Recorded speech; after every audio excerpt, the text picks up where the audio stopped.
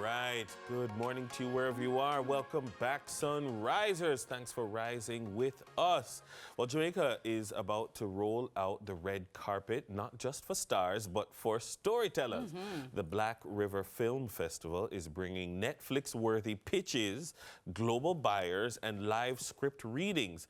Now, here to share more are two film titans from Canal Plus International. We have Cedric Pierre-Louise, along with Netflix series producer, financier, and executive showrunner Samad Davis.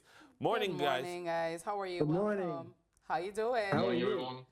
Well, I know a lot of people, when they hear about Netflix and like, oh, Black River Film Festival, it's like, okay, Yeah. here in Jamaica. And this is why I'm telling you, Jamaica is just such a hub. And we're so happy that gentlemen like yourselves have brought the international right here because we have a lot of stories to tell. So for those, the uninitiated, talk to me about what is the Black River Film Festival all about? Samad? Samad? Well, yes, I would think. Well, it's the second annual film festival in Jamaica. So I'm just happy to be a part of it. I was actually supposed to be part of it last year, but I was in the middle of productions for two back-to-back productions. Actually, it didn't allow me to be there. But this year, I'm very excited to be there because I'll be coming to speak on the entrepreneurship side of the film and TV business and how you marry content with commercialization components. And so I'm very excited to speak about that because I believe a lot of filmmakers don't really understand that this is a business, and we tend to rest our conversations on being creative and potentially getting a project into a film festival or so.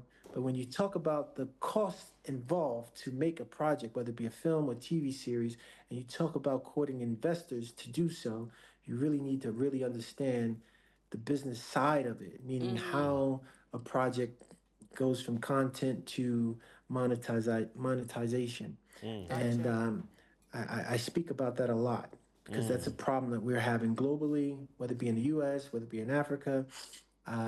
There's no different.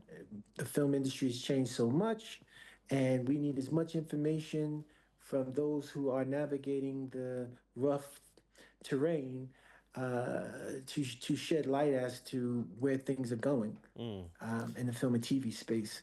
Certainly. Whether that be from the development side of it, what cast members you're going to put into it, the distribution components, all of the above. These are things that need to be discussed from the onset so that you know that your project has the best commercially viable chance to be successful.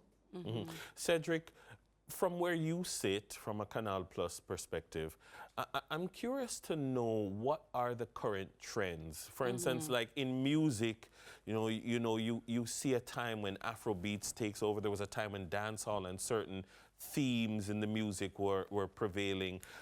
Do you see currents and trends that are catchy right now and that people are interested in watching stories about particular things, And themes in the present? And what are the themes in, for instance, the African diaspora? Interesting. Well, I think there are a lot of trends that could be pointed out, but on our side, I would say that we have more and more interest for fantasy stories and epic stories. So epic stories for us is everything that is happening in traditional setting, in opposition to more contemporary urban settings. Our channels that are our channels that are broadcasting this type of content are always in the top 10, even the top 5 on our satellite bouquet. So it looks like there is a kind of an interest in getting back to the roots, getting back to what is more genuine in terms of storytelling. So that's something that we noticed recently. When you're talking about music, it's interesting that you mentioned music because I was thinking that Jamaica also has a pretty strong role to play in storytelling by incorporating elements of the music, the popular music that you guys have put out there in the world. So, for example, having actors, artists playing featured either as cameos, supporting roles, or protagonists, I think that could help the production, Jamaican production, to get global attention. That's what's happened in the 90s, with African American filmmaking. They were incorporating actors, talents like Tupac, Queen Latifah, LL Cool G. You had a lot of Alia as well, DMX. And that kind of helped the content travel and get interest from other people that were probably not really interested in, but probably in African American content. So yeah, that's what I think. Good. Well, you were talking, Cedric, about marketing and global film distribution, which is very important because it's one thing to make a film, but then how do I get it out? How do I distribute it? I don't have the connections. I don't know who to call. I don't know where to go. Persons who are attending or will be attending the Black River Film Festival, what will they be able to take away from somebody like you who you're in the business and this is what you do on a daily basis? And is it that by you coming here, more Jamaican films or stories will be on, say, Canal Plus? So it's interesting because we are talking just before the call with Samad about the fact that now it's much more easy to get your content out there. You have plenty of platforms where you can upload the content, promote it. You have much less gatekeepers that would prevent you from putting your content and getting attention from the world. So I think you should take seriously digital platforms like YouTube, TikTok, Instagram, where you can actually get a very strong following from there. But also, I think it's very important to be proactive and try to attend business gathering or markets. Every year in every part of the world, you always have like different markets where you can meet producers, distributors, you can meet fellow filmmakers, discuss partnerships. So I think it's very important to also get out of your comfort zone and go to this type of events to meet people. Yes. Do not only rely on your exposure by putting your content on social media, on able platforms, and also be proactive. Like reach out to people. If you see the name of a producer at the end of a Netflix show, if you see Samad Davis as an executive producer of a series, why don't you find him on LinkedIn and try to reach out? Say like, look, I have this idea, I have this project I would like to discuss with you about. How to produce it, how to make it happen. It's way more accessible.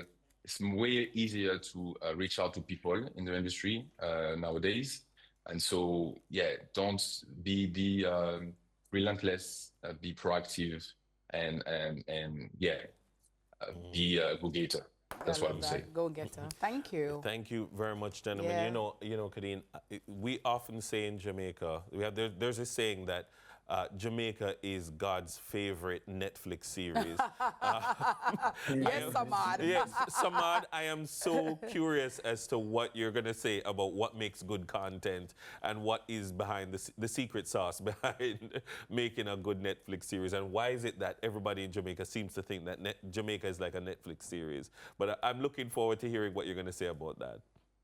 Well, first of all, Jamaica is so rich, so layered with different layers from culture to history to, Jamaica is on the map. The world knows Jamaica, right? If you think about the Caribbean, first one that will pop up if you ask anybody, they'll say Jamaica. Jamaica is on the global stage and it has a lot of, again, history, colorful culture, great food, great music. It's helped shape the world. Okay, there's not a party you're gonna go to that there's not gonna be a reggae segment popping on at some point. So from that standpoint, that's a plus, right? The next thing is telling a good story is universal. It's not about whether it's Netflix or any other platform. The key is to tell a great story that resonates with people, that has an audience. And I find that if you can tell a good story with interesting characters, with the type of dilemma that people want to follow and see the characters either overcome or not overcome or whatever that may be. People will watch anything. Yeah.